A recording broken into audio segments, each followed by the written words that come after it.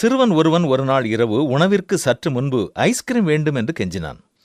தாயோ, இல்லை மகனே, நாளை பகலில் வெயில் அடிக்கும்போது உனக்கு தருகிறேன் என்று சொன்னாள்.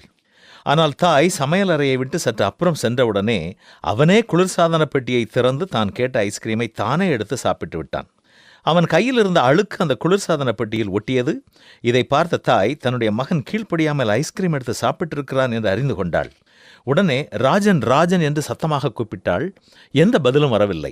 அவன் மாடிப்படிக்கட்டின் மேல் பகுதியில் உட்கார்ந்து கொண்டு தன்னுடைய கண்களை இறுக மூடிக்கொண்டிருந்தான். தாய் படிக்கட்டின் அடிப்பகுதியிலிருந்து அவனை கூப்பிட்டு கொண்டிருந்தாலும் தன் கண்களை மூடியிருப்பதால் தாய் தன்னை கண்டுபிடிக்க முடியாது என்று நினைத்து கொண்டிருந்தான். நம்முடைய வாழ்விலும் நம்முடைய குணநலங்கள் எல்லாம் கர்த்தருக்கு வெட்ட வெளிச்சமாக தெரியும். மனிதர்களிடம் நாம் ரகசியங்களை மறைப்பது போல கடவுளிடமும் மறைத்து விடலாம் என்று நாம் எண்ணிக்கொண்டிருக்கிறோம்.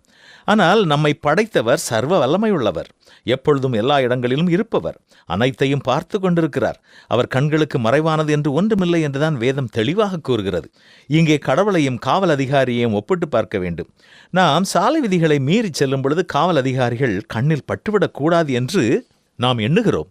ஆனால் ஆள் நடமாட்டம் இல்லாத சாலையில் நம்முடைய வாகனம் பழுதடைந்து நிற்கும் பொழுது காவல்துறை வாகனம் ஏதாவது வந்து நமக்கு உதவுமா என்று ஏங்குகிறோம்.